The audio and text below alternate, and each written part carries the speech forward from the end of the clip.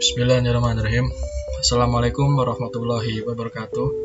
Perkenalkan, nama saya Rizal Sundayat, NIM 190001840, kelas A, Teknik Informatika.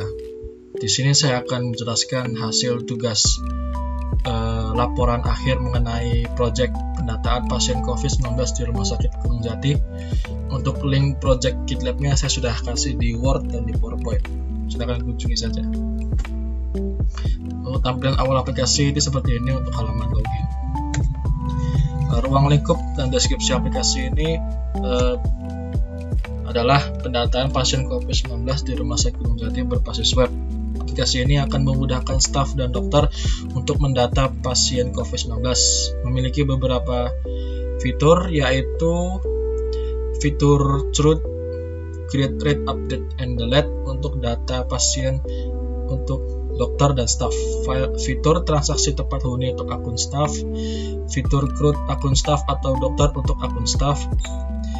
Fitur membuat laporan data pasien dengan PDF. Fitur ini memiliki kemampuan untuk membuat seluruh data pasien. Penjelasan tugas-tugas yang pernah diunggah di learning. Yang pertama itu untuk pendaftaran WhatsApp group. Saya sudah join WhatsApp grupnya, silahkan cek. Namanya Rizal Sundayat. Oke. Yang kedua itu pendaftaran GitLab. Saya sudah daftar di GitLab. Untuk link profile bisa kunjungi aja linknya ini. Dan repo GitLab-nya saya sudah buatkan. Kita kunjungi saja linknya.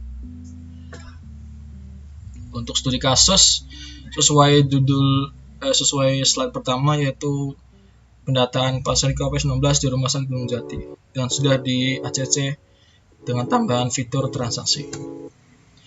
Persiapan peralatan dan lingkungan pengembangan PL.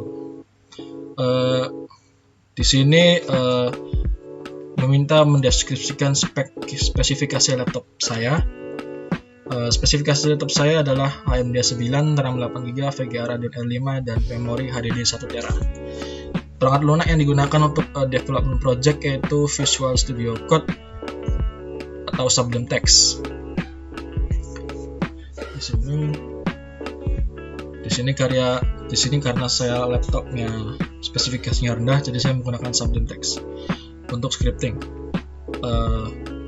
Untuk compiler bahasa JS, HTML, CSS, dan PHP saya menggunakan Chrome atau Mozilla Firefox, menyesuaikan dengan klien. Yang paling umumnya yaitu Chrome. Penyiapan kakas dan lingkungan pengembangan. Pembuatan project GitLab dan menginvite Bapak Ade Tarmuji emailnya. Saya sudah invite emailnya Bapak di repository saya. Silahkan dicek, ini linknya. Udah dikasih role sebagai developer agar bisa inspect source code-nya. Pemasangan Git client. Sini saya menggunakan Git di text editor Sublime sekarang, dan aplikasinya juga menggunakan Git client di laptop. Menerapkan kakas pengembangan, menyusun analisis kebutuhan pengembangan aplikasi.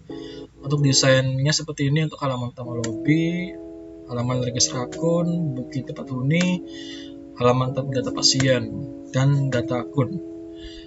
Kebutuhan hardware dan software. Kebutuhannya yaitu 2 unit laptop, 1 untuk developing dan 1 untuk tester. Kalian dengan 1 unit laptop sebagai tester dengan jaringan internet yang sudah terkoneksi.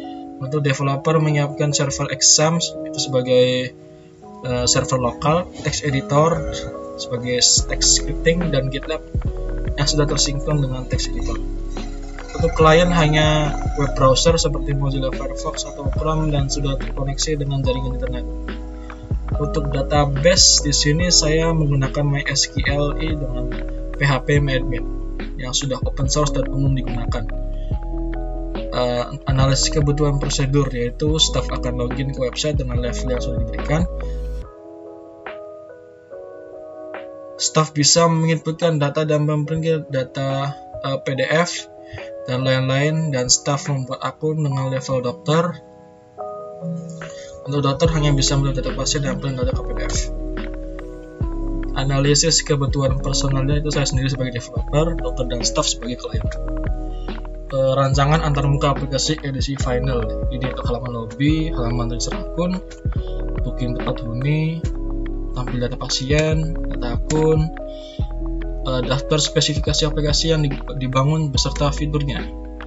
Yang pertama yaitu web mampu mengolah data pasien dan data akun secara CRUD untuk akun level staff atau dokter. Web mampu mencetak data seluruh pasien COVID-19 yang berada di Rumah Sakit Gunung Jati. Web mampu melakukan transaksi sesuai dengan nominal tempat huni Rumah Sakit Gunung Jati. Web mampu membedakan mana akun level staff atau dokter dan memberikan akses tools yang sesuai dengan levelnya.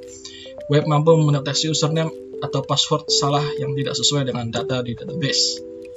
Penjelasan script atau coding utama masing-masing fitur. Ini untuk fitur login yang pertama. Hasil dari form data yang tadi input disimpan di dalam variabel, kemudian membuat perintah query ke database yang ini database-nya akun, di mana username sama dengan $user dan passwordnya sama dengan pas. Username pas ini bisa dapat dari form input data. Kemudian melakukan pengoneksian query ke dalam database dan melakukan fetching array untuk mengambil data. Lakukan pengecekan jika data hasil form dengan data di database, maka langsung akan dialihkan ke halaman utama dengan level yang diberikan. Jika tidak, maka akan muncul notifikasi username dan atau password salah dan dibawa ke halaman login lagi. Ini untuk transaksi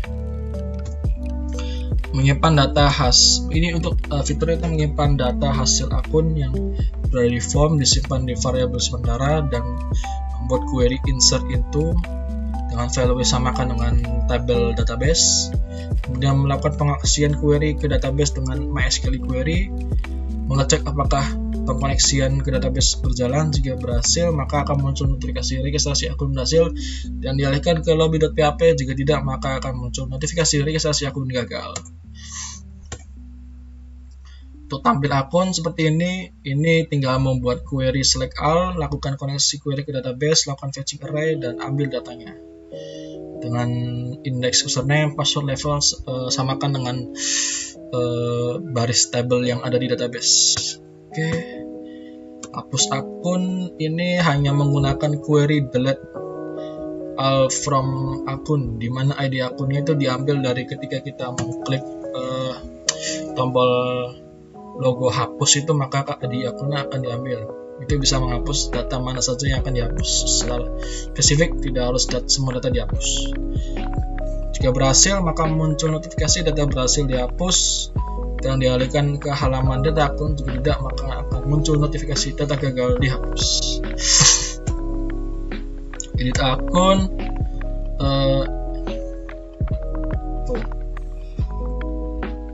edit akun source code di atas adalah mengambil seluruh data dengan query select all dengan kondisi ID akun sesuai dengan kolom mana yang akan dihapus, kemudian di fetching array pengambilan data akun, lalu dengan menampilkan data sesuai form data dengan source code seperti di bawah ini. Nah, ini adalah source code untuk melakukan pengeditan kembali dengan cara tetapi mengambil value-nya agar bisa mengetahui form mana yang akan diubah atau nama apa atau apapun yang salah. Oke, ini untuk tampil data dan form search. Maksudnya adalah jika form search di input data dan mengklik tombol submit, maka akan menjalankan query select all dengan kondisi like itu mirip seperti gitu, sesuai dengan data yang diinput. Jika tidak, maka akan melakukan query select all from. Jadi ini akan men-select seluruh data dan melakukan fetching array dengan melooping while agar banyak data di database bisa di-outputkan. Ini untuk hapus data pasien, sama seperti hapus data akun, tinggal delete all from bla bla bla. Pengisian query ke database, jika berhasil maka akan muncul notifikasi berhasil dihapus, jika tidak maka akan gagal dihapus. Seperti itu. Edit data pasien sama seperti edit data akun, lakukan fetching array, mengambil seluruh data dengan query select all from buyer dengan ID buyer sama dengan data yang kita klik logo edit, itu akan mendapatkan data ID-nya. Melakukan pengkoneksian query ke database dengan MySQL query dan fetching array untuk pengambilan data. Cara outputnya itu dengan source code di bawah ini. Nah, seperti ini. Ini kita ambil data sebelum diedit dan melakukan proses submit untuk mengupdate data di database. Untuk cetak PDF, shortcutnya seperti ini. Sesuai di atas adalah fitur untuk mencetak data dengan menggunakan library MPDF. Caranya adalah melakukan pengoneksian library ke require one. Dir itu direction, lokasi file MPDF-nya. Kemudian membuat query select all dan lakukan pengoneksian query ke database dengan MySQL query. Seperti itu. Menjelaskan screenshot tampilan aplikasi masing-masing modul fitur. Ini untuk halaman login. Halaman pertama ini berarti halaman indeks. Awalnya itu halaman login dengan username dan password yang sesuai agar bisa masuk ke halaman lobby. Halaman lobbynya seperti ini. Oke. Sini ada 3 kolom yang berfungsi untuk menampilkan banyaknya data pasien COVID, banyaknya akun, banyaknya sisa ruang COVID, sisa ruang pasien COVID-19. Maksudnya sisa ruang COVID-19 agar lebih cepat melihat jumlah datanya, tidak perlu ke tools gitu. Oke, ini for halaman register akun.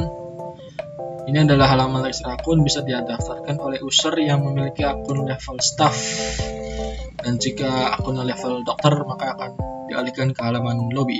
Tidak akan muncul notifikasi akun Anda belum level staff. Seperti itu. Maaf, ini gambar double. Ini untuk tampilan data akun seperti ini. Tampilannya ada username, password, level, dan staff. Ini seluruh data akun dan hanya bisa diakses oleh staff saja, tidak bisa dengan dokter. Oke. Nah, ini tombol ini jika kita klik hapus, maka akan muncul notif seperti ini, data berhasil dihapus. Untuk edit datanya tinggal mengklik tombol tulis itu, tinggal kita submit data apa saja yang ingin diubah. Nah, misalkan admin 12 kita ganti jadi admin 03, kita klik edit, maka akan muncul notifikasi seperti ini, pembaruan data berhasil. Ini form transaksi. Oke, ini adalah halaman transaksi yang dimana halaman ini berfungsi untuk penginputan data dan nominal yang diberikan oleh wali pasien atau orang tua pasien atau semacamnya. Menyesuaikan dengan pilih level ruangan. Di sini level ruang itu ada 2 jenis, yaitu 500.000 untuk reguler dan 1 juta untuk premium. Oke, ini notifikasi bila uangnya itu inputnya kurang. Misalkan dikasihnya 4.000, pengen ngebooking tempat huni yang 5.000, yaitu kurang uangnya. Seperti itu. Nah, ini untuk notifikasi jika transaksinya berhasil. Di data pasien terdiri dari nama ruang pasien, nama pasien, gender pasien, dan jenis ruang pasien. Nah, ini untuk proses penghapusannya sama, tinggal klik logo hapus, maka akan muncul data berhasil dihapus. Untuk pengeditannya sama, ubah data, misalkan berhidayat diubah menjadi dayat.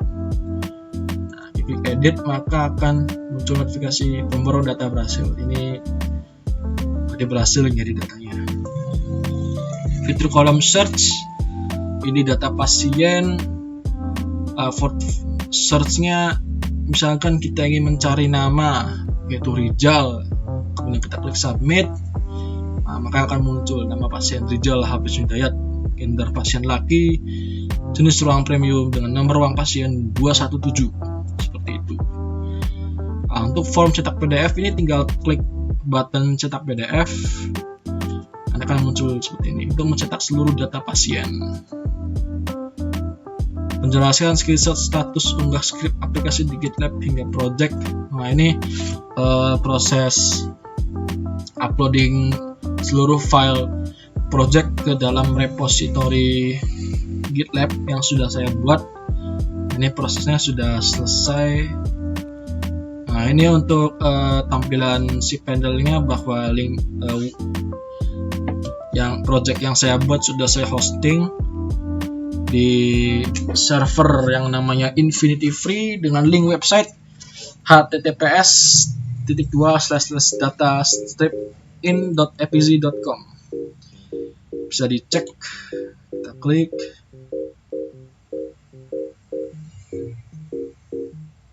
Nah, muncul tidak login tentang. Nah, tinggal di ini saja, kunjungi. Dengan username-nya tadi itu Himeko, passwordnya BEPS21. Analisis pengerjaan proyek tinjauan dari sisi waktu, ketercapaian spesifikasi, biaya yang dibutuhkan, kendala, tantangan di masa depan. Pengerjaan proyek ini memakan waktu yang lumayan lama karena ada kepentingan kuliah dan keluarga juga yang harus saya jalani.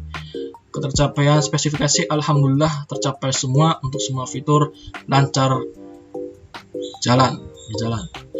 Biaya yang dibutuhkan yaitu tidak ada biaya apapun, Rp0 karena menggunakan software open source, database open source, hosting pun open source, gratis.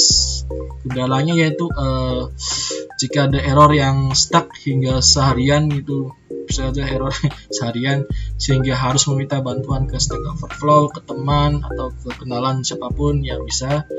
Tetapi sudah selesai dan juga dalam menggunakan hosting gratis memiliki banyak kekurangan, yaitu memproses gambar yang lumayan lambat dan harus menunggu 3 hari agar website bisa berjalan sepenuhnya.